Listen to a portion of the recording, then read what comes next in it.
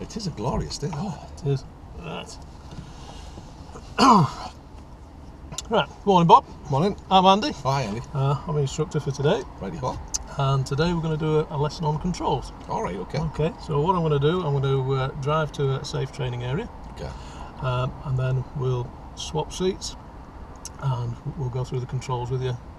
So you'll be in a position to drive the car safely and under full control. Oh, okay. On the way to the training area, if you take note of how I'm driving, All right. in particular how I use the steering wheel, the controls such as the indicators, the gear lever, and if you can, watch my feet movement to see how smoothly I'm using the controls.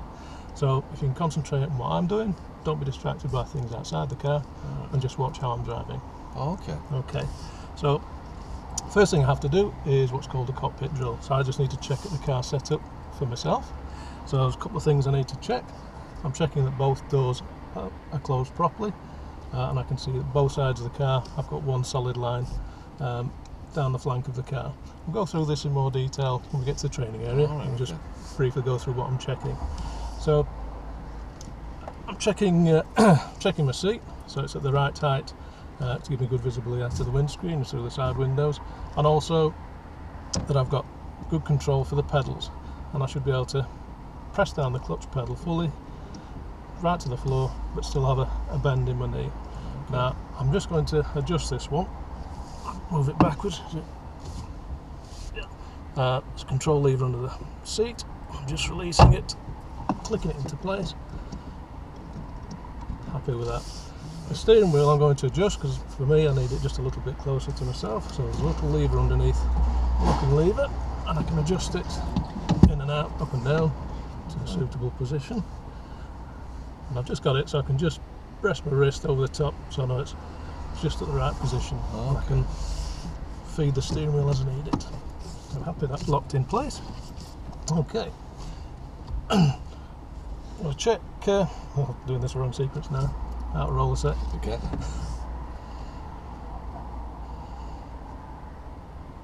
Right. Okay, we'll reset the whole scene. Yep. Morning, Bob.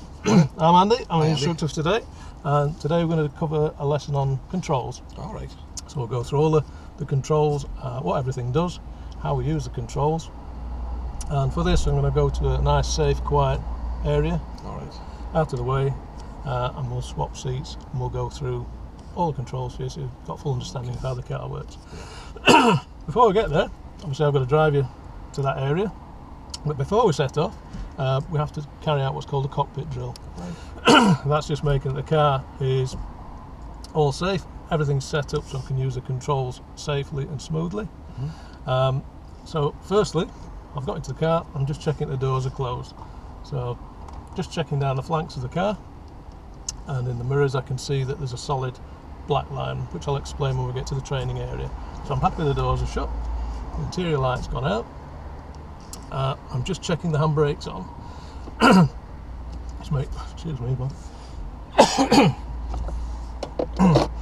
Checking the handbrakes on so the car's secure. Now next I have to check the seat, so it's at the right position for me, so I can use the controls and reach everything safely to control the car. All right. Okay, so I'm setting the seat up for my driving position. I'll do that by using a lever under the seat. Sometimes they're located on the side, but again I'll go through that in more detail. What I'm after is being able to push down the pedal, the clutch pedal, safely, still with a slight bend in my knee, but comfortably. So I'll just adjust that again, lock it into place. I'm happy with that. Now I'll check the steering wheel, that I can operate that comfortably. I can reach it, it's at the right height, but if needs be I can adjust the height and the position of the steering wheel using a control underneath, which again I'll go through when we get to the training area. So I'm happy with that. We need to check our seat belts. So we'll put our seat belts on. Now, have you been in a car before? Have you used seat belts before? Yeah. So are you happy with how to put seat belts on? So we just use, I'll feed the belt out the left arm, lock it into place on my side, just checking it, happy that it's comfortable, and then just do a static check. but it will work if we do have to stop Right. in an emergency. So if you can pop your seatbelt on.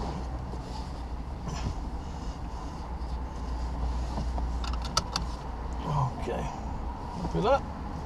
Make sure, just give it a little test. Make sure it's. Give it a little pull like that to lock. Yep. So we're happy that's working. Okay. Next thing I need to do is just set up the mirrors. All right. So obviously I need to be able to see what's happening behind me as well as what's happening out to the front. Again, I'll go through this in more detail. So I'm setting this up for. So I've got a clear view out of the rear view mirror to what's happening to the back, and then both door mirrors show me what's happening down the sides of the vehicle, and obviously any vehicles following. Okay, just that roll. Okay. What have I missed? I've missed something. Have you? I think I'll just replay it. Doors, Door, seat, steering. steering wheel, mirrors. Okay. Headrest. Yeah. Yes. Head restraint. Head restraint. Yeah. So that's before mirrors. Yeah. So check the steering. So in modern cars now we have head restraints, which are these here. I need to make sure that these are positioned correctly. I don't just keep sort of referring to. We'll cover this when we get to training. We'll go into a bit more detail when we get there. We'll cover that in more detail when we get to the training area. Okay. But if you could just check that, just put your head back for me. Okay. Now, if that was in the wrong position before we set off the instructor, Make it adjust it. yeah. I think you need to put yours up just a little bit, Bob. Right, on this particular model, there's a little button there on the side. You should be able to pull up the. Is it locked into place on these? Oh, slightly different that way. Right. How's that? That's better. That's better. Okay, I'm happy with that. Now we're going to head off to the training area. Oh, okay. Okay, just before you do, how was that? Oh, but it didn't flow as well as I wanted it to. Okay. How were you feeling as you were doing it? Just nervous at the minute. Okay. I mean, obviously I can feel that coming across. Yeah. What could you do to help set up differently, do you think? So I've been bearing in mind that if you're slightly nervous here, because we've got the camera on, there's a bit of pressure coming up, on the day of the test you'd probably be a little bit more nervous. Is there anything you could do different to prepare to help you with that?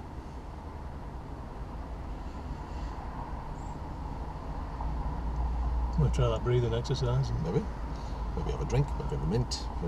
I can't give you what the answer is. You can sort of think about it for yourself.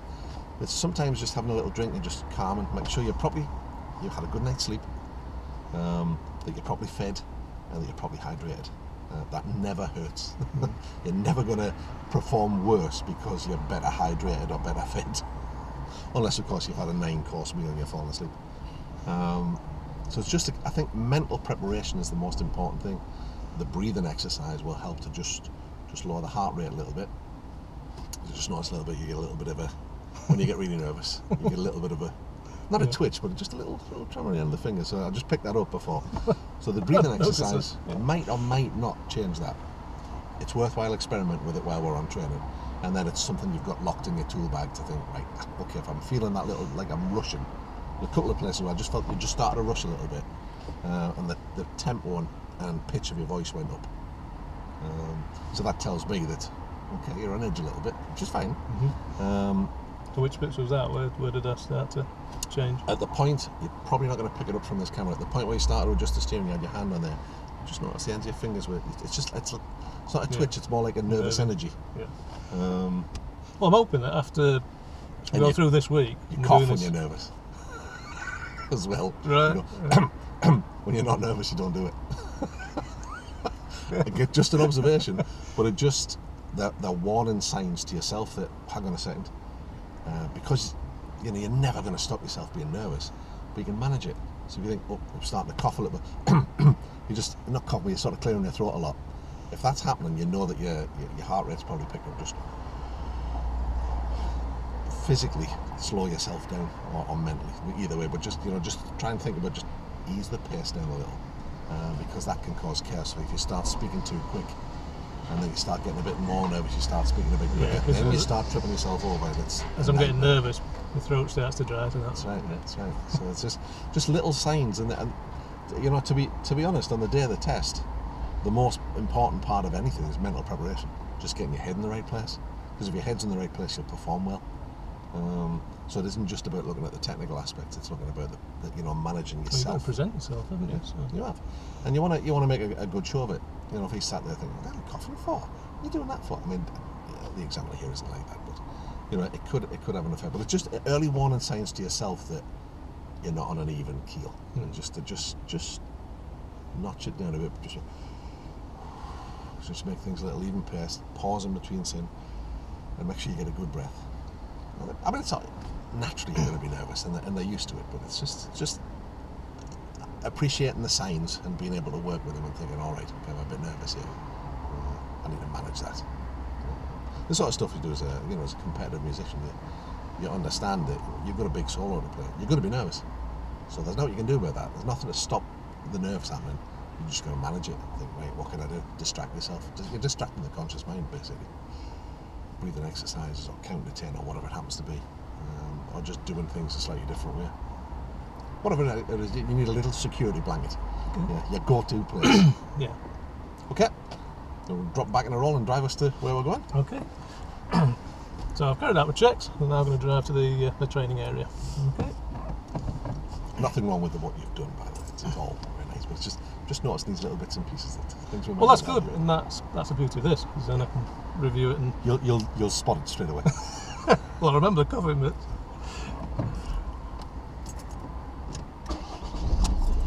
So back in the roll. We go left out of the car park. Okay. Would you, on this part, on the drive before you, like on the advanced one, would you do a static handbrake test? Just set it up the way you're used to setting it up. Talk them through what you do, if you like. You know. Because we go through it when you're going to go through it when you get there, so it doesn't really matter. Yeah. But if you're more comfortable doing that. I was thinking if it's something you're going to teach somebody going forward as your cockpit drill, you know, are you going to cover the brake? Well, my cockpit drill would include, okay, before I start anything, I've had a good look around the outside of the vehicle. There's no fluids leaking. Yeah. The tyres are in good condition and properly inflated. The suspension seems to be sat right. As a good driver, you should be thinking about that all the time. As I get in the car, I've got my cockpit drill set up, and I'd go through my ROSPA thing, put the key in the ignition. That's what I'm saying. Monitor functions are there. That should come on have come on. The ones that should go out have gone out. So that's my self-test of the engine management systems. Yeah. Covering the foot I'll brake. make sure I've got handbrake new and notice the pressure on the brakes. Yeah. Happy with that. Again, monitor functions have been. Yeah, there's no squidginess. As I start the engine, I'm putting a bit of pressure on the steering, a little bit of pressure on the brake. As I start, I note now that I've got vacuum assist on the brakes and I've got power steering working. The car, I've got plenty of fuel for the journey. The car is now set up really well. That's the one thing I don't do, when you just put a... So now you know that the power steering's working. You've got vacuum assist on the brakes. Yeah. Little thing, especially if it's a car you're not used to. And then of course you check all of that, and I'll do a static brake check as soon as the car's moving.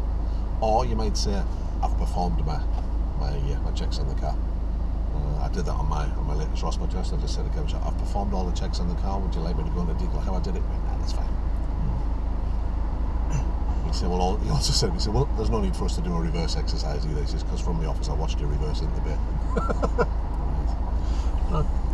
Okay.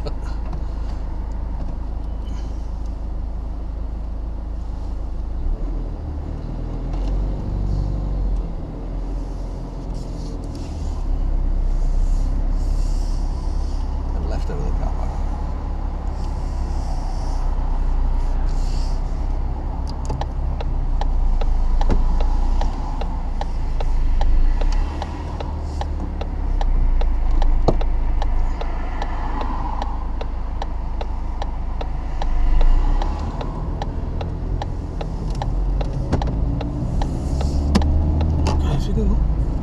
Looking towards the cabin, Bob, and watch what I'm doing with the controls. All right. Pay attention to how I use the steering and the foot controls.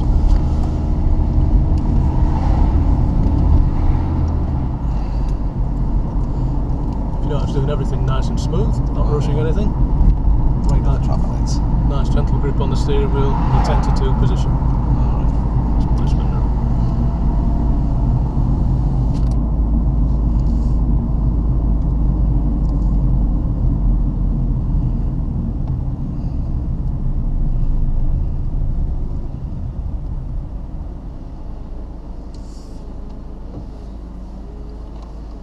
So used to that car sounds.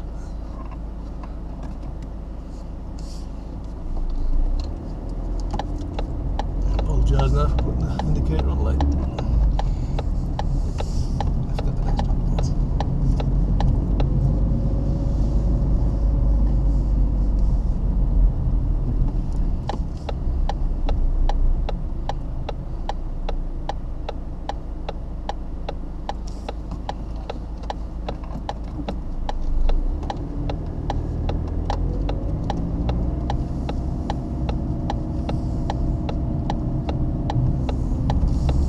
Just popping in a roll. What is it you want to draw my attention to? I like to see how smooth I use the controls. So, right, okay, so Back and roll. okay, if you notice when I'm pulling up at any junction or the traffic lights, Bob, how smooth it is. The car's Yeah, not I did. Yeah. jolting, I mean, my friend's cars, it's not like that. and with the gear changes, it's nice and smooth. Again, you're not feeling the car jolt at all. Alright. No, I'm not, no. So everything's nice and gentle, nothing rushed. Is that this car then? Well, that's down to the driving. Is it? Alright. With practice, anybody can drive extremely smoothly. Right. It's just in the early days, obviously, until we get used to the controls, it may be a little bit jerky, but hopefully we'll get you so you're driving smoothly from day one. Alright. Okay. So I don't know anybody who drives smooth like that. Right at the end of the road. Well, maybe they haven't had the opportunity to have the training yet you're going to get. Alright. Oh, good. So again, gently down on the clutch. And as we use the brake, just as we come to the end, just gently release a tiny bit of pressure and put on the handbrake. Take our gear. That's handy. One of my mates, when I'm in his car, I get car sick.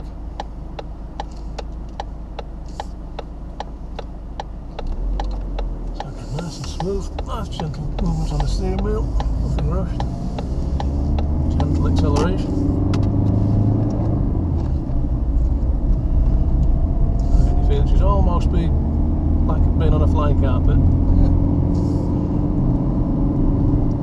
Nice gentle moves with the gear lever. You notice I'm holding the gear lever as well, Yeah, not like rushing turning it. your hand. That's right, it gives us control of the gear lever at all times, so there should be no danger of getting a wrong gear. Now if you notice, as I'm driving, I'm actually slowing up, but I'm not using the foot brake all the time, and I can do that by use of the accelerator. It's what we call acceleration sense. So as well as the accelerator allowing us to gain speed, we can use it to decrease speed. Next one on the left. I notice you missed a gear out there. Yeah, we can do that sometimes. That's called block changing. Fox one right on the right.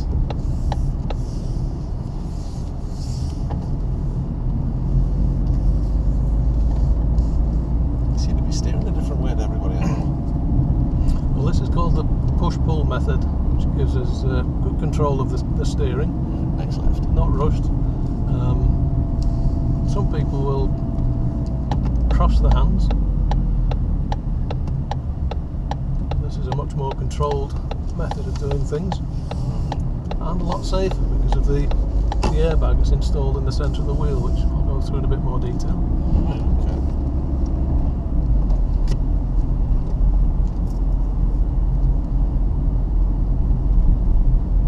So again, coming up to quite a sharp corner, so I'm just bringing down the speed using the brake, taking a lower gear. But again, all nice and smooth and controlled, nothing rushed. Second road on the right. This one's the first. If you look at how I'm using the indicator stalk, it's nice and gently with my fingertips. You don't like taking your hand off the wheel or anything? He's remember, try and keep your hands on the wheel at all times, other than obviously when you're making an actual gear change where you've no choice but to take your hand off the wheel. I won't find the convenient place to pull over on the left.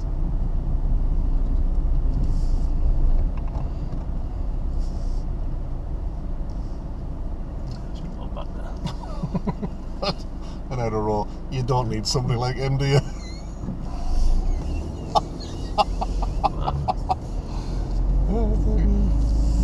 Half of it, honestly. Where did he think you were going to go? Anyway, That'd be interesting. How would you do that? I'd have done what you did. I wouldn't have committed to doing that because he didn't look like he knew what he was doing. Because my thought on that was, he's going to come and meet us. Yeah, but you planned the situation. He just sat there with his brain in neutral and his finger up his bum, basically. No, sorry, that's not true. It was a good driver on a bad day. He wasn't sure what decision to take. Yeah, you don't need that when you're in demonstration mode, do you? So tell me about the drive to here. This is a bit I find it quite difficult. Okay. I'm trying to change from doing like a commentary I've been used to doing with you to trying to get the person sat in the passenger seat to watch what I'm doing. Yeah. I mean, I prompted you from within roll. The examiner won't do that. He'll just sit like a lemon. So I mean, I was prompting you about, well, I noticed it's very different to the way my friends drive. I noticed you're steering differently as well. I noticed you missed a gear out there. So that's the sort of thing. You're just about to tell me how to use the gears, so you can use the drive to demonstrate. What is it? Windy's day out. What? Attack the ginger. Okay. My word. That's interesting. Yes, well, the wind is there. So use the drive to demonstrate the things that you're just about to do. So it'd be useful to perhaps think about maybe setting that up and just doing short drives, just talking about the things that you're going to do. I mean, we can set that up so we can do it on every session that we do. But not bad though. Nice. It wasn't as over-talked as the last one, which is great, but perhaps we've gone a little bit too far the other way, if that makes sense. Yeah, so it was nice and even, good delivery, lovely drive too, nice and smooth. You've got to make sure you get it right. So you pulled yourself about a couple of things that weren't at the level when you passed your part two. Yeah, it was, because I'm thinking, what do they talk about here? While I'm thinking that, I've forgotten. It's just practice. We've still got tons and tons of training time left, and we'll be right by the time we get there. Everything will be fine. But how was that in relation to the last time you did it? It felt better. I suppose what I should have done is get straight into the, almost a commentary, but the commentary. I'm doing this because I'm holding the gear lever this way. Yeah. Watch how I pull the handbrake up smoothly. Obviously at the start I prompted you to by just staring out the window. Yeah. Because you didn't tell me to watch it. Watch what I'm doing here. Well, I did originally when we were sat in the car park. But we reset from there. Yeah. Oh, I see, right, okay. A different block now. Well, fair enough. No, that's... Yeah, so now if you just watch what I'm doing with the steering, watch how I'm changing gear here. Because as soon as I pulled out, I was thinking... Why is he looking out the window? Come on. Yeah, no, look in here. Oh, okay. It's not that the examiner is dumb, or it's not that he's playing a pupil who is stupid. What he's doing is he's testing your knowledge. So in order to test your knowledge, he can't show you that he has that knowledge, because that's how's that helping him to determine whether you've got it. So he just has to play a fairly passive role. Say, oh, I'm not sure, and he'll do stuff like, look at the window, watch what I'm doing here. All right, yeah. Do you know how you do that? No. Because if he says, oh yeah, I've got a bit of an idea. I mean, I gave you the, I know how to put a seatbelt on, because I think it would probably be ridiculous to pretend that you hadn't, but he might say, no, I've never done it before. My dad, you ever adjusted a seat before?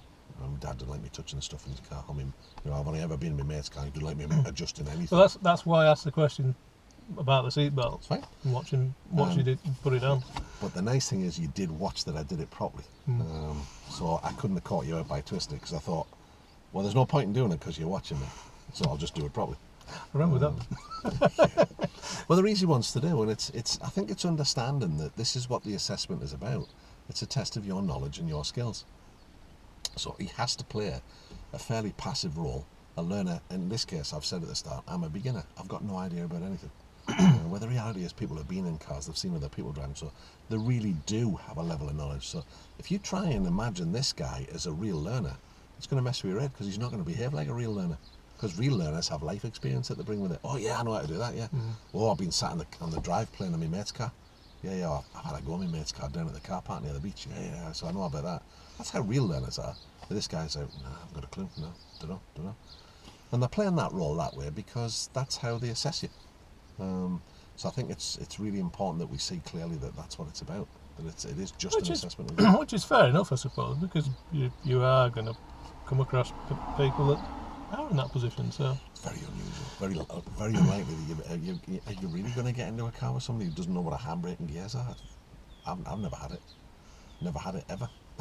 28 years. Well, I suppose, yeah. So people go, oh yeah, accelerator, brake, clutch. Oh, steering, yeah, I know how that works. I've seen my mate do that. It's the handbrake, you know what that's for? You're turning the car the other way. It's just like, you know. Yeah. So they do have experiences, but the whole thing behind the Part 3 exam is that it's set up to just be a bare bones test of your knowledge. And in order to test your knowledge, this guy has to be completely passive. You get some of the more experienced examiners maybe become a little bit more gentle with that, if you like, or they become more comfortable in their own skin. And if you start, trying different things, they'll go, okay, I'll run with that and see what happens. But if you read the examiner guidance, they must be passive. So that's the only way they can test your knowledge. Okay, tell me what you know about this. Show me what you know about this. Guide me. But I will need to be led, and I will behave as though I'm as dumb as a box of rocks. Okay. So, an improvement on last time? Do you feel more comfortable? I think so. It needs some polish on Sure.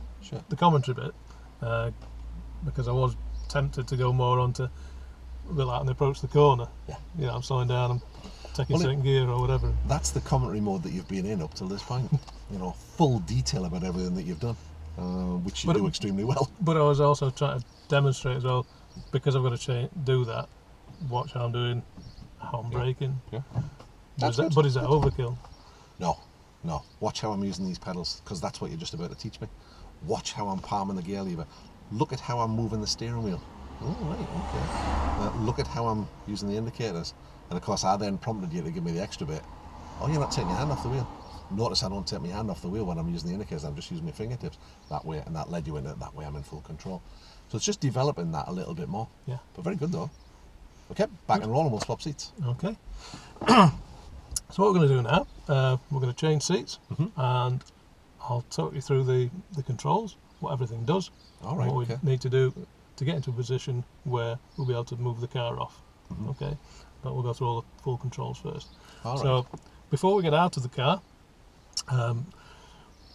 just a few safety things. Obviously we need to release our seat belts. All right. I'll take the keys out at this point in time, just until you're fully familiar with all the controls. Safety, as regards getting in and out of the car, checks that we need to do. From your side, you'll need to just wait before you open the door. This is just what I'm going through. All right. Okay, so it could be, if someone was just walking past the car just then, you open the door, whack, straight in the face. All right. So we need to do a quick check over our shoulders. In your case, you need to look over your left shoulder. Just check that nobody's walking behind you. And obviously there may be somebody coming towards you. Okay, so we do a quick check, and then as we open the door, we open it carefully. Bear in mind, if weather conditions, it could be a windy day. All right. So if it's very windy, we might need to keep hold of the grab handle so that it's not blown open. Right. So likewise, as we get out of the car, keep hold of the door, and then we close it gently, and then we'll swap places, and I'll show you the correct way of getting into the car safely. Oh, okay. So check over your shoulder. So a quick look, keep hold of the door. That's it, keep hold of the door. Close the door for me. That way as we walk around, wind's not going to blow it out. All right.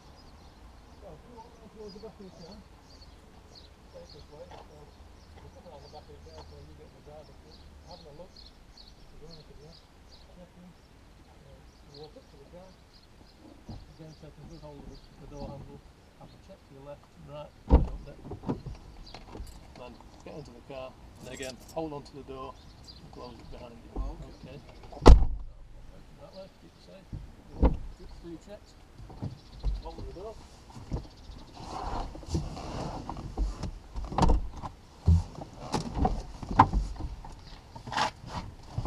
Okay, just let it roll a second. Okay. Was that suitable? You tell me how that felt. I just maybe left it a bit late because I started to do the sort of safety thing before you'd open the door. So, what was I going to do wrong that you stopped me doing? Well, you're just going to launch out with, with that. Okay, so you stopped me with that. Yeah. Now, thinking about that was, you know, in roll, was it alright for me to do that? Without looking? No, which is why I was saying. But I had actually looked. I had a good look in that mirror, and I had a good look in the door mirror. I knew there was nobody there before I did it, so the examiner's never going to do anything really unsafe. But you stopped me. Wait. Oh, damn. Then what did I do? There's a whole series of things I was going to do wrong that you stopped happening. Have a think about it. Tell me what they were. Well, potentially you're just going to do that. Let the door so you fly open on its own. Yeah. So you told me to keep a hold of the door. What happened then? You need to close it. I didn't keep hold of it, did I? So you had to remind me. And then when I got out of the car, I let go of the door again. You had to remind me again. I was about to walk away and leave the door open. You had to remind me to shut it. I was then going to walk around the front of the car, which, wait a minute, no, come this way. Yeah. All right, and I was just going to step out, and you stood in my path and stopped me. You explained why we're going around that way so that people could see us, and then there was no chance of me getting it wrong because you guided me in. And then when you'd finished doing that, I was going to walk around you, and you stopped me. You just positioned yourself to stop that happening. And then you kept an eye on it, keep a hold of the door because I was going to let go again. So you controlled that all the way around there, very gently, but you made it happen the way that it should have happened. So that is in effect what you'd have to do with somebody who had absolutely no idea what they were about. Yeah.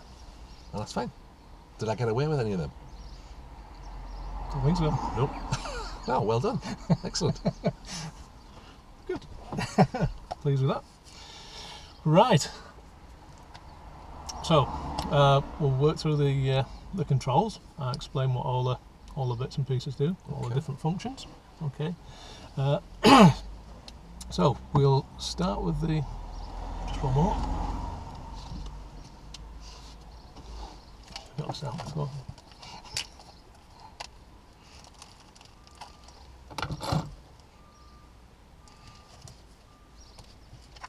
Now this little booklet, this colour presenter, I'll use this. It's just a bit of a guide for myself. Oh, okay. And it just helps me demonstrate our use of visuals. Oh, okay. It'll be better than just listening to my voice. So firstly we'll go through the cockpit drill, which I talked about before the setup. Yeah, you did. Yeah.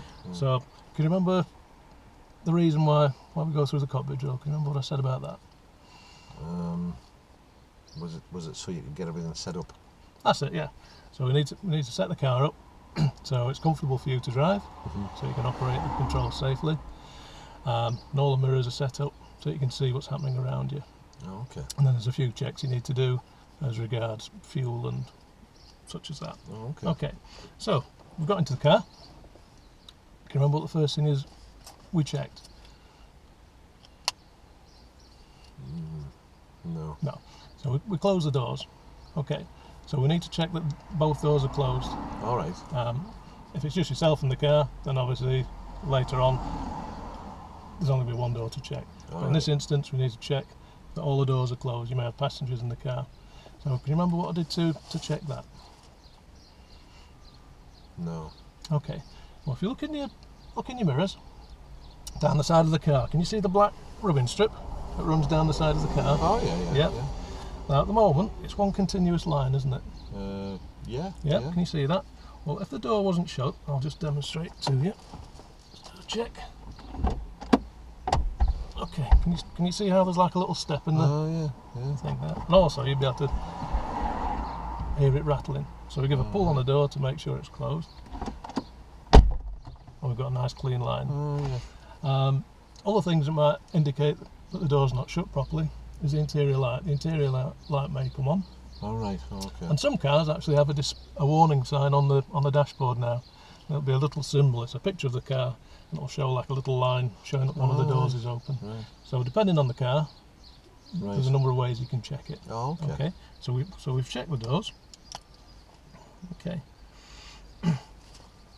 Now, have you ridden any sort of motorbike or bicycle before? No. Okay, not a problem. As well as the main doors, we also need to check that the boot's closed. All right. So if you'd had that open, you just make before we get in the car, we make sure that's closed. Just out of roll. Okay. Whilst that's on there, at what point would you check that? Because normally, Well, what you can say is, I made sure it was shut, and it's not been opened since. yeah. Um, Because unless you physically put something in recently, then it's on again, this, unless on it's- this car, there is a warning. Yeah. So when the ignition goes on, if it's open, it'll let you know. yeah. So okay, So just whilst we're at a row, so you've got that on your lap reading from it. There's a danger rack, and grab that from you and say, well, give us it here, I'll read it. I mean, the examiner here wouldn't do that, but use it for you both. yeah. So show him as well as you. So like that. Yeah, so this is to show you, so it's not for you, it's for him. Yeah. Okay. Although the reality is, it is helping you. Yeah. So if you're gonna use it just on your, you may as well just have a clipboard with a little list. Yeah. That's okay too, whichever works for you. Okay. But yeah, if you got it out, use it. Okay. So we checked the doors, and we need to check the boot. Now I know at this moment the boot is closed. I checked it earlier, but again, on some cars there may be a warning light on the dashboard again through the picture of the car, and it'll show a line towards the back of the car indicating that the boot might be open. Okay. So we need to check everything's closed. So we've done that.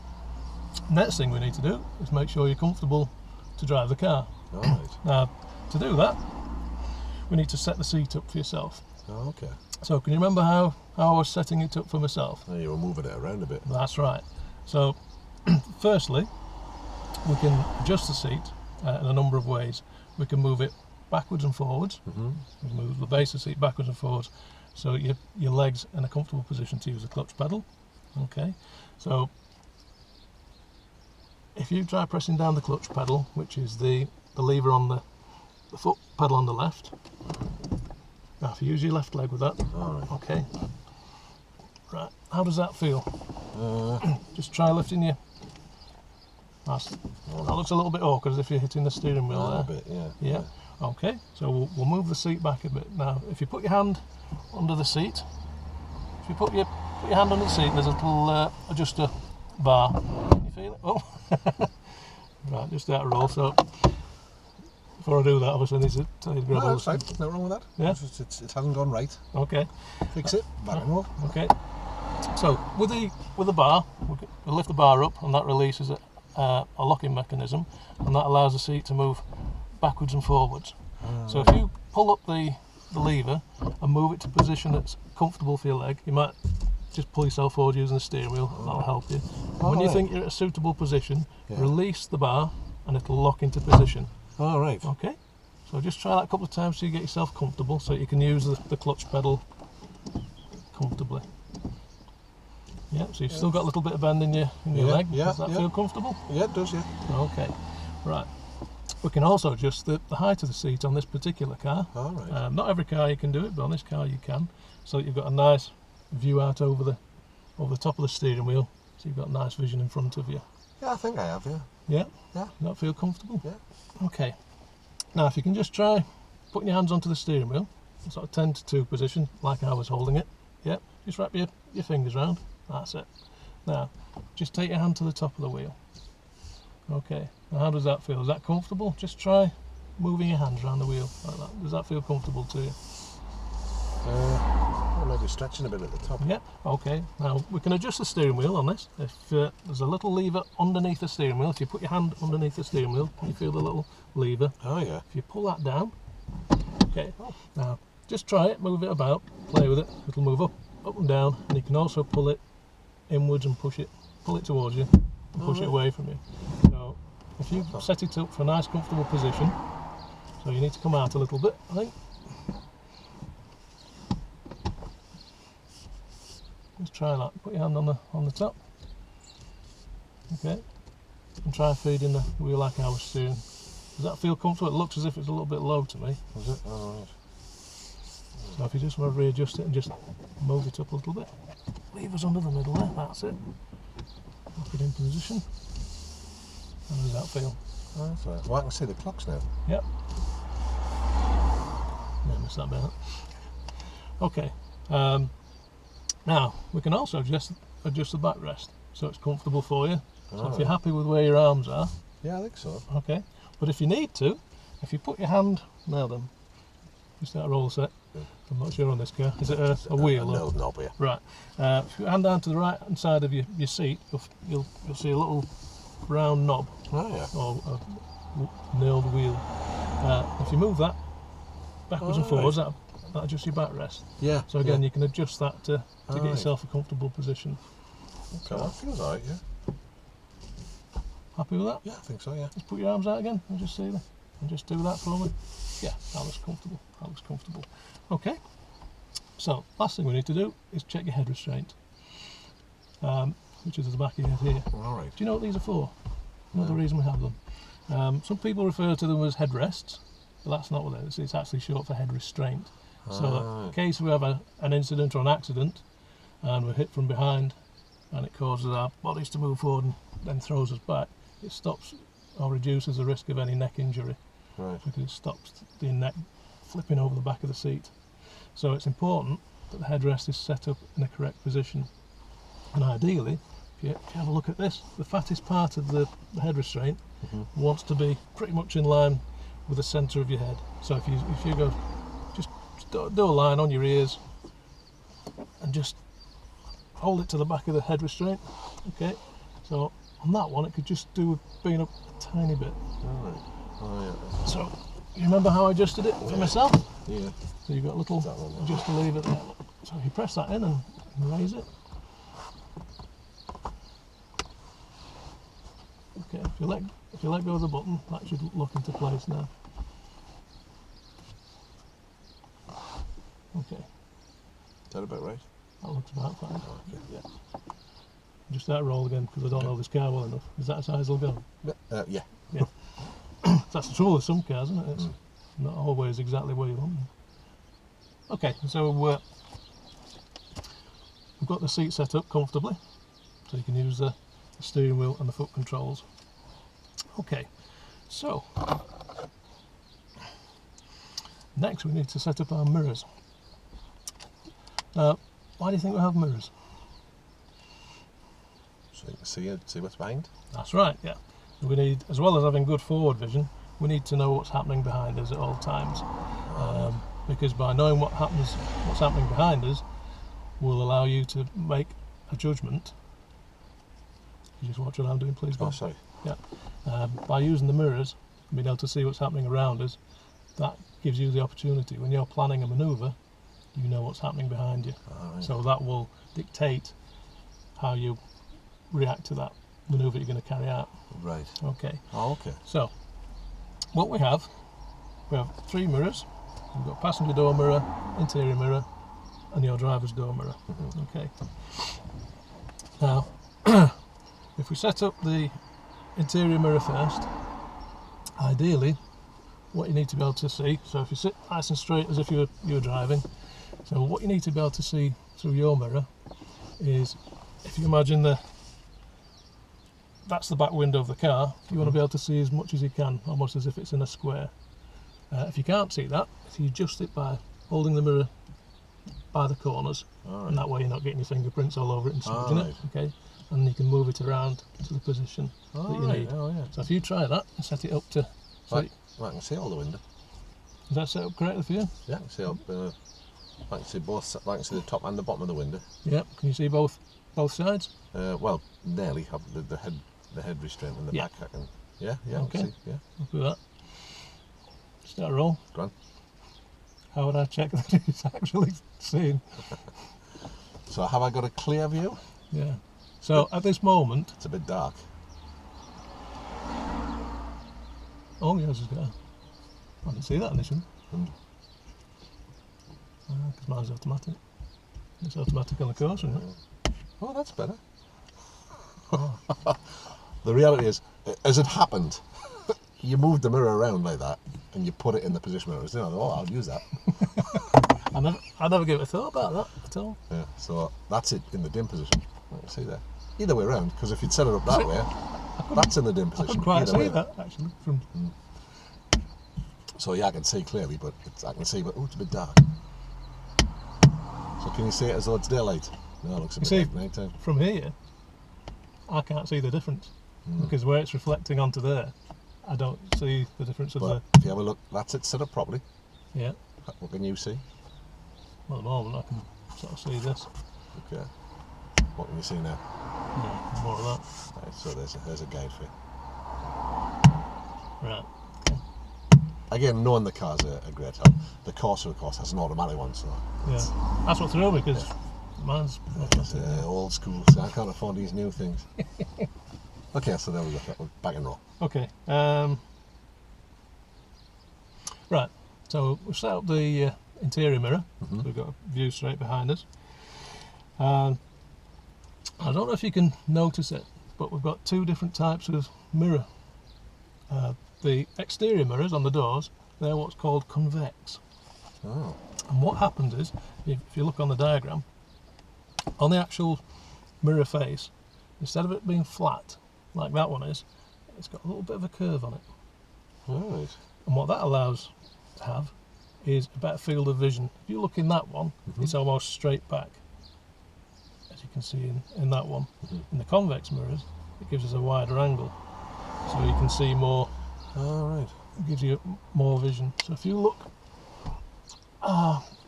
in your driver's side mirror, you probably have to see the sign on the bus stop. Oh yeah, yeah. Yep. If it was a flat mirror, you probably wouldn't be able to see that, because on the end of this particular mirror, and on this one, can you see the little black line Oh yeah. on the back end? That's even more curved, and that helps with overtaking. So if something's coming past you, someone's like this car in this picture's coming past you, that'll pick it up in the wide section. Oh right. It's coming alongside it, but we'll cover that a little bit more further on down the line. Oh, okay. Okay, so to set up the mirrors, ideally what you need to be able to see down each side of the car is sort of not quite a third of the mirror. Okay, so about that much of the car in this side of the mirror down here, All right. so you can see the edge of the car. Yeah. And then you need a good view of the pavement where we're sitting there, and you can see down to, well, you should be able to see way down to where the red car's parked. Oh yeah, I can see that. Yeah. Okay, so you may need to adjust that. Okay, how's it set up for you at the moment? I can see the red car. Okay, just let it roll again. Go on then. Because this has got electric mirrors, we have to put the keys in ignition. So you have to take that out for safety at this moment. Which is the right thing to do. Yeah. So if you left them in, I'd have started the engine by now. Try to do that. Back and roll. But what would you do with that?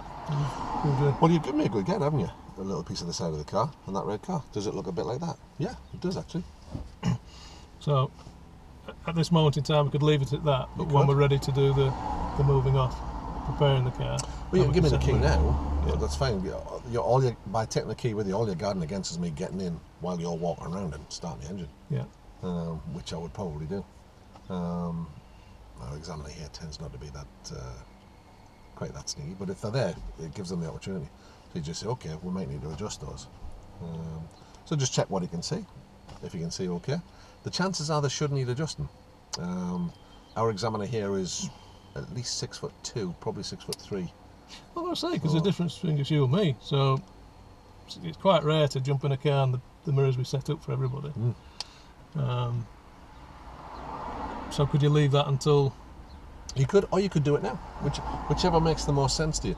I would probably do it now because there's a chance you might, if you're dealing with it at this point, because you're ticking things off on the list, if you don't deal with it now, you might forget. Okay. So just do with it now. All right. So. But again, just control me once the key's in my hand, the way you control me when I get out the car. That's what I'm going to try and do. Okay. Back and roll. So we're going to set up the mirrors. But to do that, for this particular car, we need to have the ignition on. All right. And the ignition operates the electrics of the car, which allows certain functions to work. Oh, I see. Right. So Okay. it's a bit like a house. You need electric to run the lights. Right. We need that to move the mirrors on this Okay, car. fair enough. So what I'm going to do, in a minute I'm going to pass you the ignition key. Okay.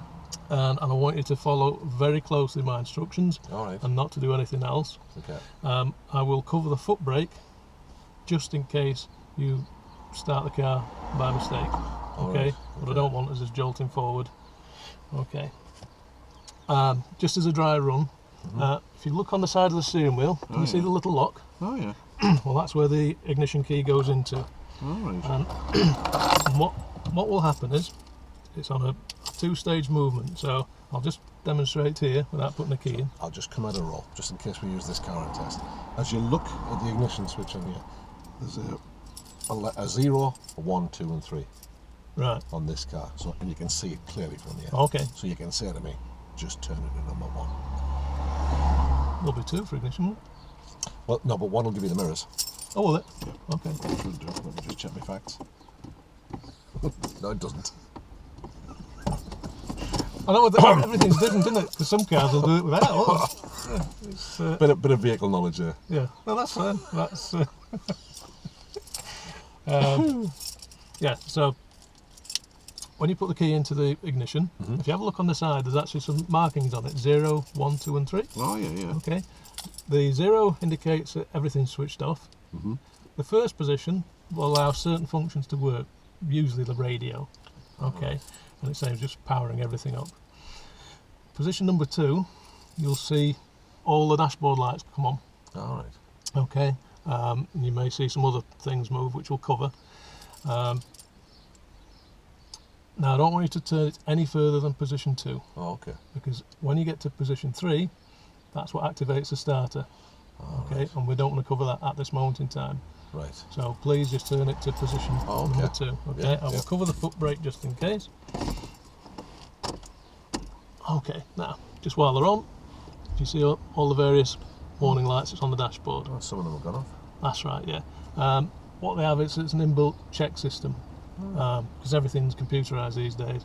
It does like a self-test, and usually the only ones that are left is like battery, your handbrake, and some warning lights relating to oil pressure. And then what will happen is when you start the engine, which we'll go through in more detail, those lights will go out. Okay, so take your hands away from the keys, that's fine.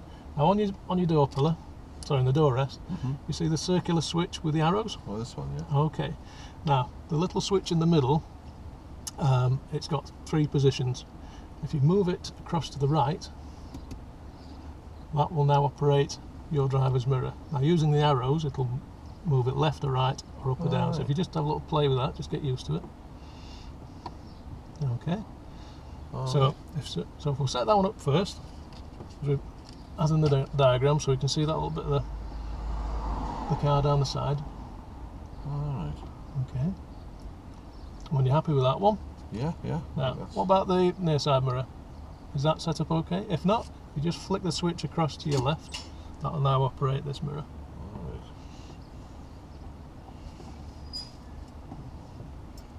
Alright. Yeah, just let it roll back. okay.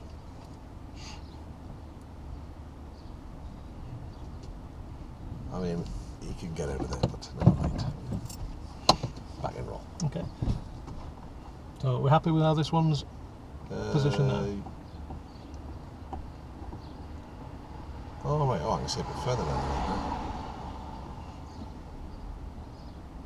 there. Yeah. Okay.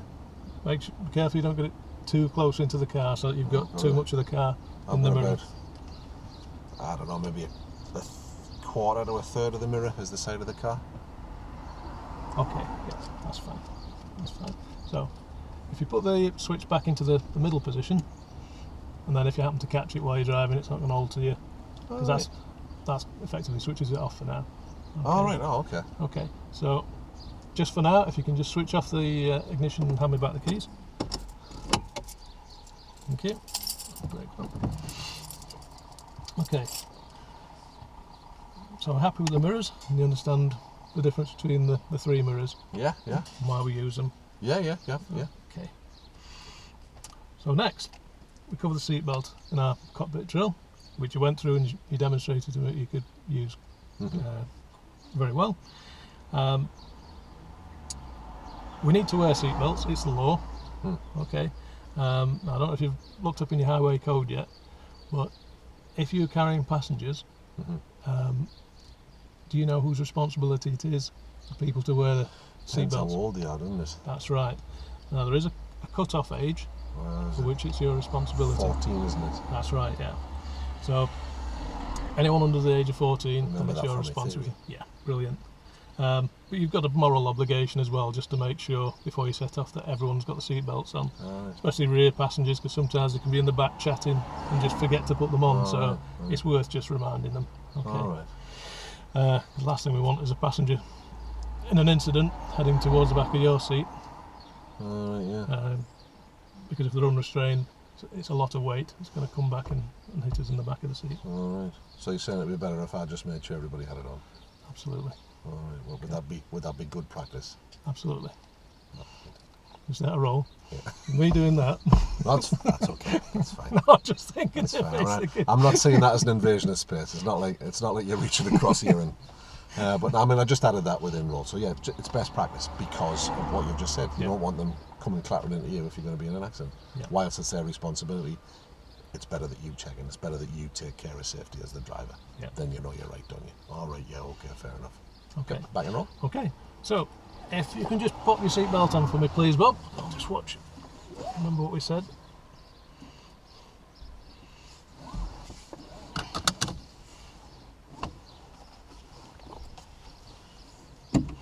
Okay, now remember what we're looking for when we put the seatbelt on. We don't want any twists or anything in it. Oh, yeah. No, I think that's all right. And you're happy with the position of the belt across your shoulder line here? Yeah. Shouldn't be cutting in. No, that feels okay. Okay. If you did need to adjust it, because different cars may have been set up for different height people. All right. On this particular car, if you looked at just over my shoulder, you see this button here? Oh, yeah. You can actually adjust the height of the seatbelt if you need to stop it cutting into your shoulder line. Oh, that's clever, isn't it? Because what you don't want is obviously annoying. Oh, this one's all the way up. That feels all right though. Yep, so it's resting nicely. Yeah, that's fine. You've done a static check and it's nicely across your hips. Okay, not cutting into your belly, and we just need to make sure it's just firm against you, but not that it's choking you. Oh, right. Okay, so you're happy with that, and you've got free movement. Okay, and you've done a static check. Yeah. Excellent. Okay. Is that all right? Yeah. It's all right, I just Okay. Well, the final things we do on the cockpit drill is make sure we've got enough fuel for the journey. Looks like it's empty. It will at the moment because the fuel gauge, which it looks like you've already identified, which is this one here, it's got a little symbol of a petrol pump on it. Oh, yeah. On some cars it will register when the keys are out and it will show how much fuel's in the tank. But on this particular model, and quite a lot of models, you need to have the ignition switched on again. Oh, I see. Right. Okay, so again what we'll do, I'll pass you the keys, but again just put it to number 2 position. Okay, I'll just cover the foot brake just in case. Just popping out a roll. What's the foot brake going to do? I'm just guarding against it, you see, that's it. How's that stop me starting it? Well, sorry, against it moving. It's in neutral. Yeah, we could have knocked it in. I could have done. The clutch is the one you want to use. Right, Back and roll. I meant to mention it before. Right, okay. So I was thinking if you did that, if it was in gear, it wouldn't move in, would it? Cover them both. Yeah. But yeah, the clutch is your safeguard there. That's stiff. Never been used in anger. No, it is. Not like the Corsa one. Right, okay. I mean, is that overkill? No, guard against it. No wrong with that. Okay. I'll just make sure it's in neutral before you hand him the key. Either way. Yeah. Okay. He isn't going to, do anything. I know he's not going to put you into danger, but I've got to preempt, a bit like the door thing, where if you don't know, potentially you're going to... What I did there to maintain consistency within roll, because you've done that before and kept me under control, when you hand away the key, I said just a number 2 again. So I'm going to comply. Right. And that's what the examiner does. Yeah, he will do that. Okay. But even with that, I'm still... Yeah. Yeah, why not? Yeah. Belt and braces. Absolutely. Okay. And with real live learners, because sometimes they're just excited. Yeah, that's... Yay, brum, whoa! Okay, so we've got the ignition on, and we can see now that the needle has moved up a little bit on the gauge. Right. We're showing we've got about a quarter of a tank of fuel at the moment. Right, yeah. Okay. Yeah, it's kind of between a quarter and a half. That's right. So for this particular lesson, we know we've got plenty of fuel. All right. It's always worthwhile checking before you go on any journey. What you don't want to do is run out before you get to a filling station. No, that wouldn't be good, would it? So try and keep it at least around the quarter mark wherever possible. Okay. Obviously, red will indicate when you're getting low, and on some vehicles it will actually come up on the display telling you how many miles you've got left worth of fuel. Right. Oh, this one says 186. Yeah. Is that what that is? Yeah. That's, All right. yeah, the little arrow to the fuel pump, so it's saying that's how long you've got to fill up. All right. That will depend on how the car's been driven, because obviously if you're doing a lot of town work, you're going to use more fuel because you're going through more gears. Oh, okay. But we'll cover that in a bit more detail. All right. Okay, but not every car's got that, but certainly check the gauge to make sure you've got sufficient fuel. Okay. Okay, so if we just switch the ignition off just for now. Do you want the key back again? Yes, I will, please. Thank you. Okay, so it's an opportune moment to come out of wrong. Tell me how that went. Oh, was one thing. I wrote it in here as well. How much detail would you give on that? Because I just put a note on here, like the Mini we've got now doesn't have a gauge, it has little graduated lights. I think it's enough just to say that, make sure Just you've got work on the plenty of car fuel. Yeah. you're dealing with. All cars are different. Familiarise yourself with your own car or a car that you're going to drive. There you Should go. cover it. Yeah. Okay.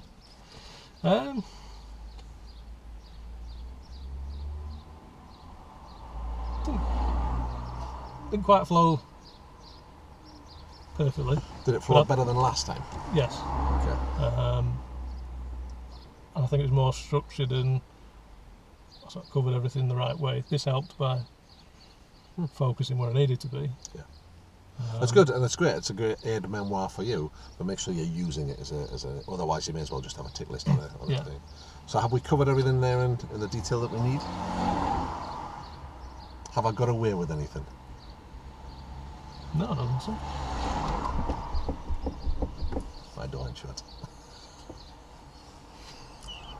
You got me to check yours. Oh yeah.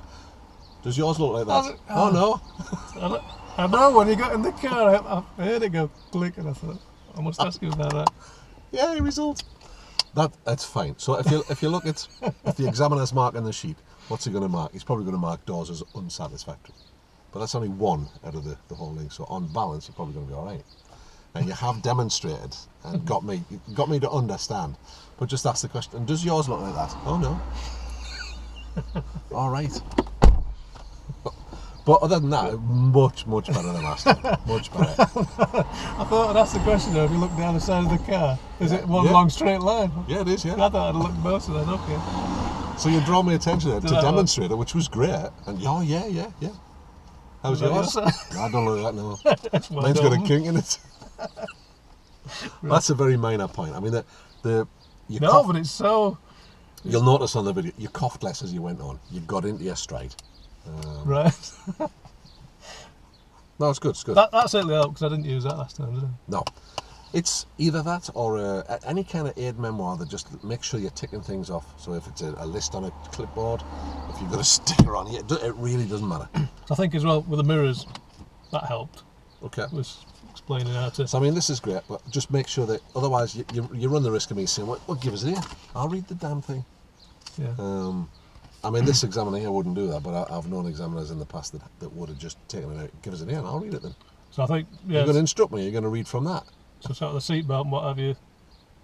Well, the seatbelt, there's not really much you can show, I suppose, is there? Well, it's... So I think I did find myself wandering back this way a little bit. A little, but I could still see it, and you were still... You still reminded yourself from time to time and offered it up.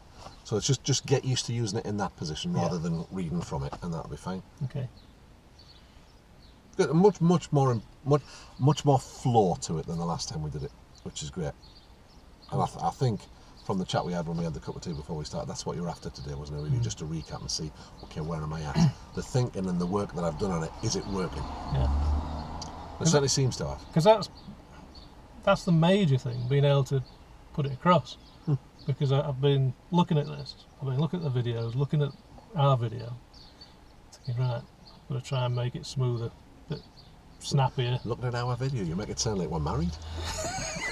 Is that our song? No, it's I'm only kidding, I'm sorry. It's sometimes I can't help myself. It's a definite improvement from last time. That really flowed in a nice way. And it's nice that we're using this one because it's just all you, isn't it? It's just all you talking. And that I think part of the thing where if I can nail this one, hopefully all the other ones should be a lot easier. I suspect you're right.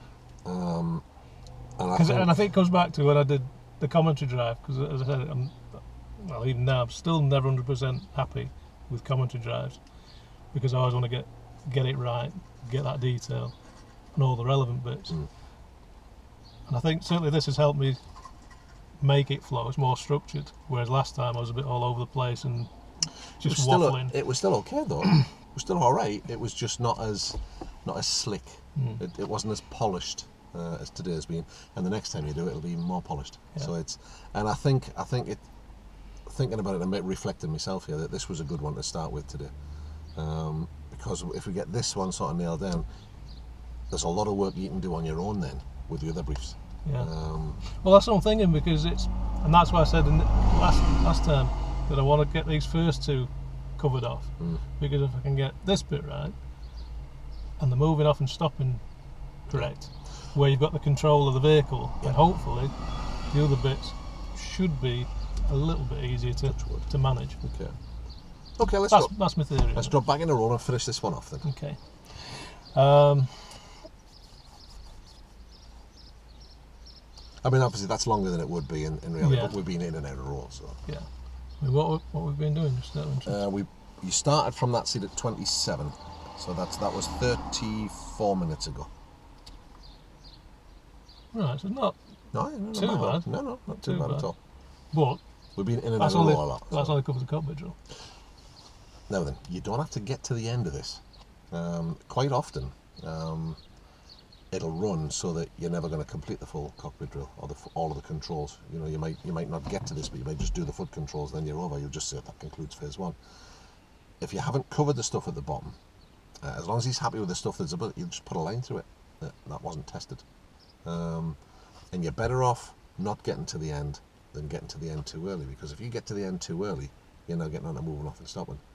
And if he's not ready to do that, you're in trouble now. And I saw that on a part 3 exam recently. I sat in the back and the guy was talking at the speed of light. We got the end. He was like, right, do you want to move on to moving off and stopping? Oh, I don't know.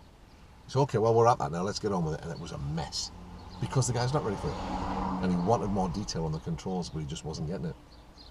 And that's the thing, because like I say, if it's somebody that's never sat in that seat, if he wants to get to moving off and stopping, the answer to the question when you ask me if I've ridden a bike or ridden a motorbike would be yeah. Yeah, I have, yeah. So these controls are a bit like the ones on my motorbike then, is that what you're saying? Yeah, that's right, yeah. Okay, so you quickly go through it and then you get to moving off and stopping.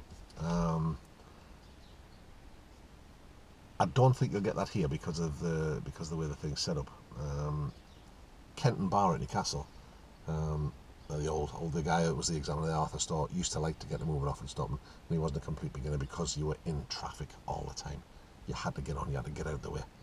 But I'm going to play it the way you've asked the question, and you've played it the way it should be played. So I needed this level of detail. That's fine. You told me what they are, how I use them, and why I do it. That's why we're doing things is important too. Okay, back and roll. Flip the page, and then when you've done that bit, I'll treat you to a cup of tea.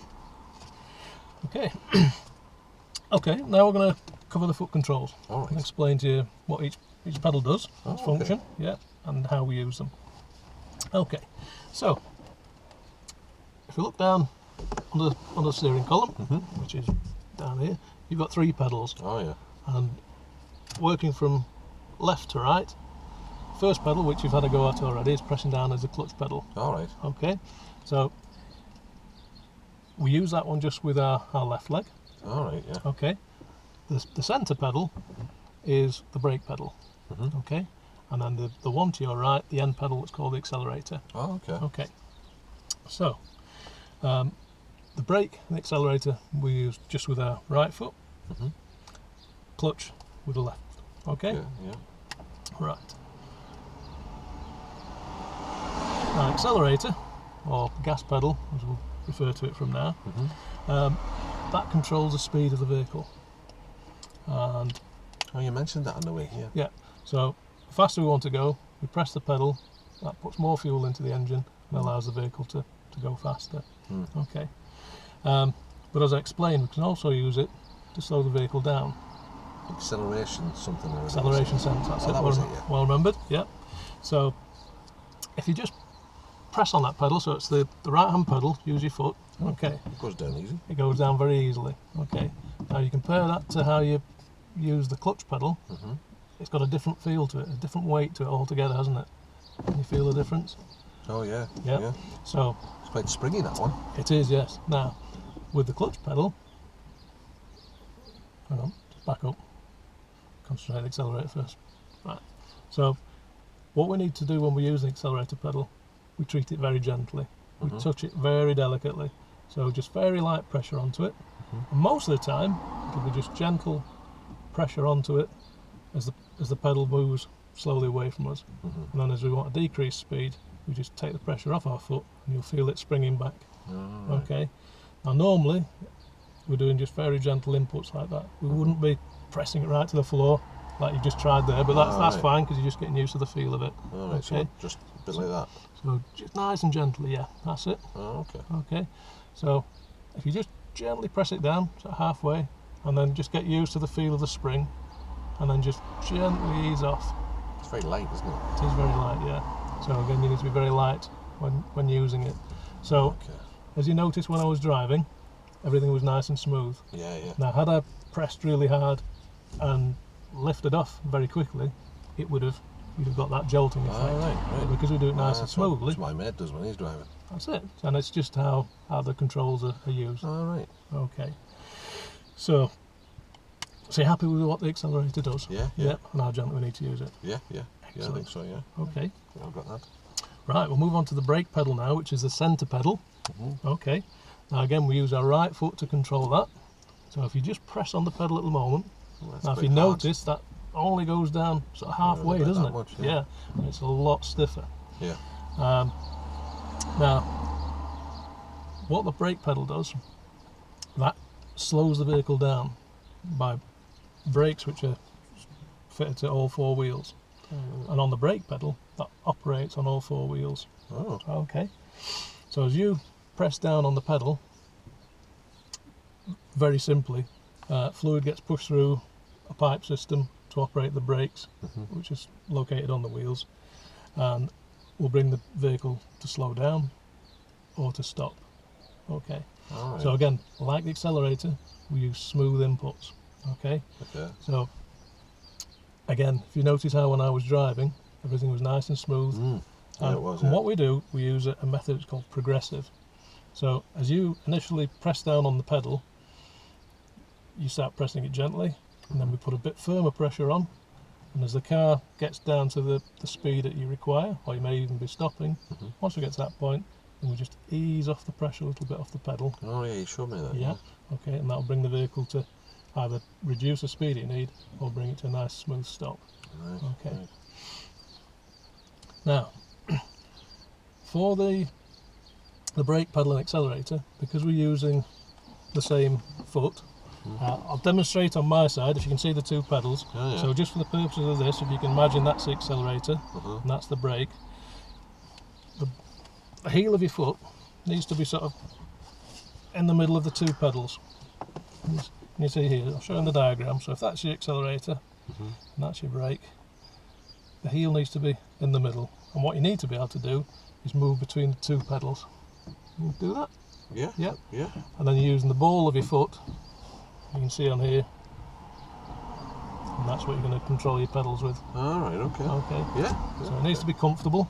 Yeah, when you're feels doing all right, it. Yeah, and that's great. And again, key to everything, smoothness.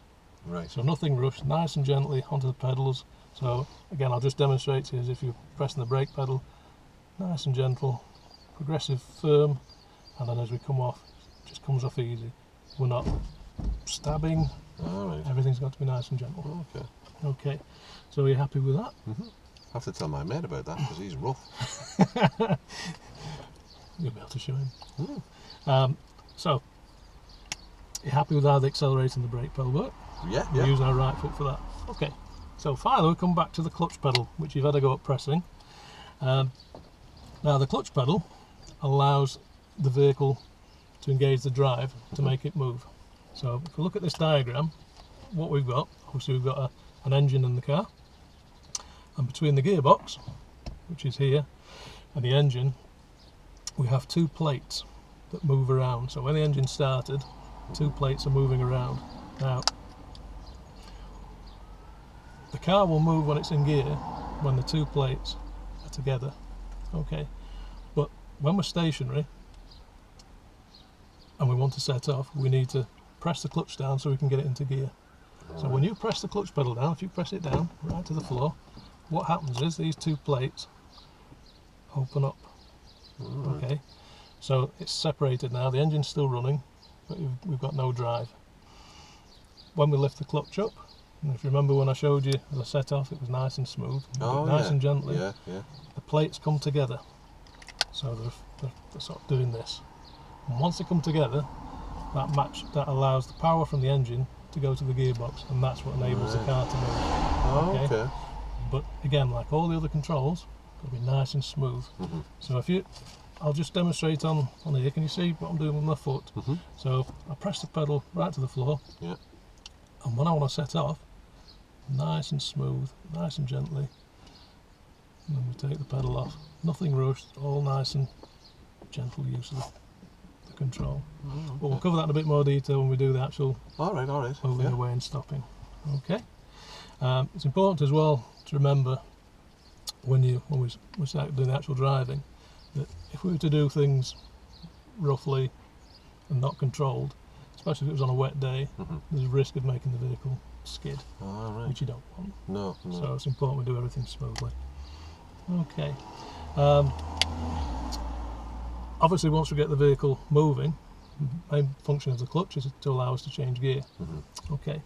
So we'll go through the gearbox in a bit more detail, but as I was making gear changes, you notice when I was moving this lever, which is for the gearbox, when I'm moving between gears, we need to press the clutch down, which disengages the engine and the gearbox, allows us to change into a higher gear, and then we have to connect that drive back up again to keep the vehicle moving. So we're using the clutch pedal for that function. Right. Okay. We'll cover that again in a bit more detail. Okay. So you're happy with the feel of the clutch? Yeah. It needs to be used nice and steadily. It's the smooth, you said. Yeah. Always gentle. Okay.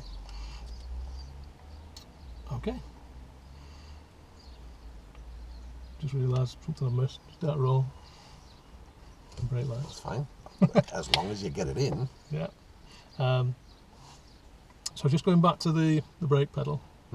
What I forgot to tell you is when we use the brake pedal, when pressure's applied, it will also bring on the brake lights. You've probably seen the red lights on the back of a car. I've seen those, And that's an indication to vehicles behind that you're either slowing down or you're going to stop. So when you press the pedal, the red lights will illuminate at the back of the car, like that. Okay.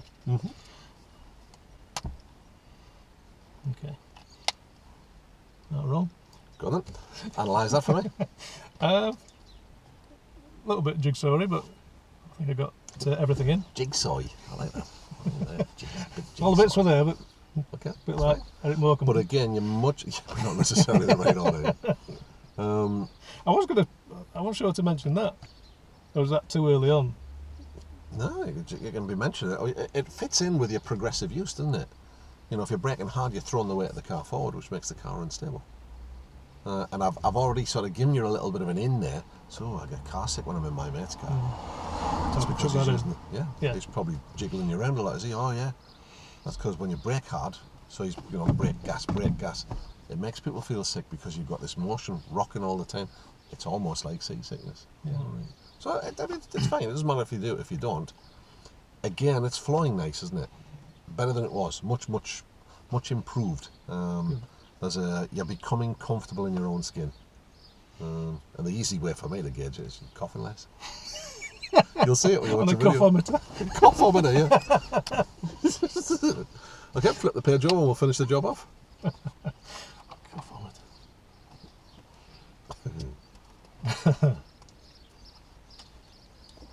Okay, Bob, now we're going to cover the hand controls. And that covers the steering wheel, indicators, and the use of the gear lever. Okay, so first off, we'll look at the steering wheel. Now, you've set the seat up, so the steering wheel's comfortable for use. Okay, and when I was doing my demonstration drive, I mentioned that I do a push-pull technique for steering. Like shuffly. Yeah. Sometimes I think we call it a shuffle method in America, but we call it pull-push. All right. Now, you can either, depending on the steering wheel, but on this car, it's suitable to hold the wheel at the 10 to 2 position. All right. So that's as shown in the diagram there. I'll hit that. Yeah. Now, in some cars, depending on how this is configured, it may be a slightly different shape. It might be more comfortable to be in a 4 to 3 position. All right. So it's quite dependent. Some cars like this, it is moulded almost to show you the best place, the most comfortable place to hold the steering wheel. But for this car, 10 to 2 is quite suitable. And we use this method because it gives you really good control of the car at all times. Excuse me, at any speed. Okay. And there's a safety reason to it as well. All right. Okay. Now, in the centre of the steering wheel, you can see that little badge there that says airbag. Yeah. Do you know what an airbag is? It goes off if you have accident, doesn't it? That's right, yeah. So, the reason we use the pull-push method for safety, if you were in a collision and you were actually in a steering manoeuvre, the last thing you want is your hands crossed. Because you're saying your pal crosses his hands? Oh, all the time. Yeah. So if you imagine in that position, if the airbag was to go off, his arms are just going to get thrown straight into his face. And like I've got a watch on, that goes into your face at about 100 odd miles an hour. These things come out at. That's not very good, is it? It's going to cause you a lot of pain. So better control, and there's a safety reason for it as well. Okay, fair enough. So now we use the steering wheel. Obviously at the moment we're not driving, so we'll just do a rough demonstration just by, if you put your hands on the wheel at 10 to 2 position, and what we do is what's called pull push. So if we were turning to the right, we'd pull down with the right hand and we'd slide the left hand down. So if you can try that, just imagine that you're pulling down with your right hand. Well, not actually moving. Yeah. And then you'd slide down your left hand to the bottom. Yeah. Okay. And as the wheel comes round, then you push up with your left hand, and then your right hand would slide up. So if you just sort of get used to that sort of feel, and that's how we control the vehicle. Okay. We'll cover that in more detail when we actually do the movement. But that gives you nice control of the vehicle. Right you go. Never rushed, because that way, as potentially as you're saying about your pal, if he's rushing about like this, crossing his arms, there is a danger that the wheel could slip out of his hands. All right. And on a junction or a corner, that's the last thing you want to happen. Okay, yeah. So always important. Our steering wheel does control the direction of the car. So if we're wanting to go to the right, we pull down to make the vehicle turn right. So we can see here. So as we pull down on the steering wheel on the right hand, and that actually turns the front wheels to the right, and that allows the car to steer around that way. And likewise, if we want to go left, we pull down on the left. Okay. So you happy with that? Yeah. Okay, brilliant. Right, indicators. What do you think the purpose of indicators are? Well, it's let people know where you're going, isn't it? It is, yeah. People don't bother now, though, do they? Not always. It's good practice to indicate, to let people, if there's people about, it's going to benefit from it, so that they know what your intentions are and where you're going. Yeah. It's a warning to them. Okay. Like everything else, there is a way of using the indicator controls. Now on this car, the indicator control is located on the left hand side of the steering column. Yeah. Okay, and every car the symbol is the same. Can you see the two arrows yeah. here? That denotes that's the indicator stroke for left and right. Oh, okay. Some vehicles, the indicator stroke can be on the right hand side of the column, but it would have the same markings on it. All right, right. So you'd be able to tell what it was. Yeah, exactly. So with your hands on the steering wheel, okay, if you on your left hand, sorry. Yeah. So if you gently press down on the lever, so if we do it, may I just demonstrate to you? Yeah, yeah. So just using the sort of tips of your fingers, gently press down on the lever, you'll feel two position. And make sure it goes all the way down, and that'll bring on the left hand indicator. Right. Okay, so when we do that, the orange lights on the outside of the car, the indicator lights will be illuminated, they will flash, Okay. and also we'll have a warning light on the dashboard here, All a right. green warning Oh, I light. see the arrow, yeah. Yep, and that will flash, and you'll also, depending on the car, sometimes you'll either get a bleep or a clicking noise, so you'll get an audible signal as well as a visual signal. Oh, okay. Okay, because sometimes if it hasn't cancelled, you need to switch it off. It's a reminder. But sometimes, especially in bright sunlight, you may not see the warning light. Oh, I see, yeah. Okay. Right. Yeah, okay, yeah. If we're doing the right hand turn, again, with our hand on the steering wheel, gently with the fingertips underneath the lever, and just gently push it Oh, up. yeah, I noticed when you were doing that drive when you did that, yeah. Yep. Now, when you've done a manoeuvre, depending how much you're turning the steering wheel, it has a cancelling system. So as the steering wheel comes back, there's a little device inside which actually knocks that off automatically. But it does depend on how much steering you've got. Right. So it might just be that if you're just making a slight deviation, you've manually got to switch it off. Okay, so again, that's why we need to check that the warning lights have gone out and just listen out for it. What's that noise?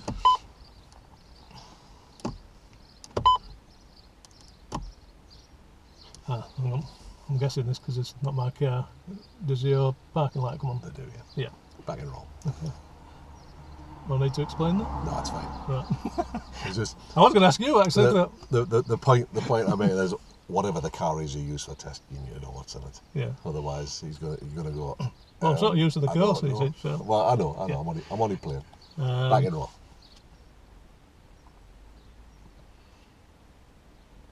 So yeah, so if you just want to just demonstrate that for me, both hands on the wheel, and do left, yeah, that's it. Okay, and what would we be looking for, just in case it hadn't cancelled? How The lights. Yeah. That's it. and The noise. the noise. Excellent. Okay, happy with that. Okay, next we come on to the gears. All right. Okay. Some cars, well, all cars are slightly different. Most modern cars have what's called a 5-speed gearbox. All right. This particular one has a 6-speed. All right. Some older cars might only have 4. But most cars that are around today will have 5. But on top of the gear lever, which is what this little stick is here, there's usually a diagram showing you how many gears are in the gearbox. All right. See, it says 6. Yeah. And the R denotes a reverse gear. All right. Okay. Now, as with everything, there's a particular way to use the gear lever correctly. Just that roll a sec. Go. Do we go through explaining what each gear does? For high speed, low speed. You could, but if you have a think about it, you know, you demonstrated on the way here, so you could perhaps chat about that during your demonstration. I'm going to use first gear because we need to get all the car's weight to move. We're going to need a lot of power, so I use first. First has the most power. As we're moving along, I'm going up the gears because we need less power and more speed. So you could link that into your demo Do it at the that way. start. Okay. In which case, then I should then go, oh yeah, I remember that, your demo. Which is what I just give you a little reminder of, oh yeah, you showed me that on the way here. So I always link back to the demo that you've given. Remember how I was using the indicators? Oh yeah, you just did it like that. Do you want to try that? Oh yeah. Yeah. So if you do a really good demo, then you can link back to it, and it should help to make things flow. Because he should play the game. So rather than me saying, well, this is how you do it, then you have So a go. remember how I did it? Yeah. Do you want to have a go at that? He might go, oh, I don't know, but he might. And just He cut might that not. bit out. I Okay. didn't, as it happened. I did it just to throw you and see what you would do. But that's fine. Okay. So yeah, you could go through that, but we'll assume that you didn't do that as part of your brief, so that we fill it all in. Okay. Back and roll. Okay. So we have a gear lever on this car. We've got a 6-speed gearbox. The numbers numerically from 1 to 6 denotes 1's a lower gear. All right. Number 6 is the highest gear. Oh, okay. Okay. So when we're setting off, we use first to get the vehicle moving, and then as we progress in speed, we work our way through the gearbox. And that's all dependent on traffic conditions. All So right. while we're moving around in town, we tend to get up to sort of 3rd, possibly 4th, depending on the conditions. All right. Certainly wouldn't be expecting to get into 6th gear in a town situation. All right. So that's a high gear for high speed cruising on a All right. motorway,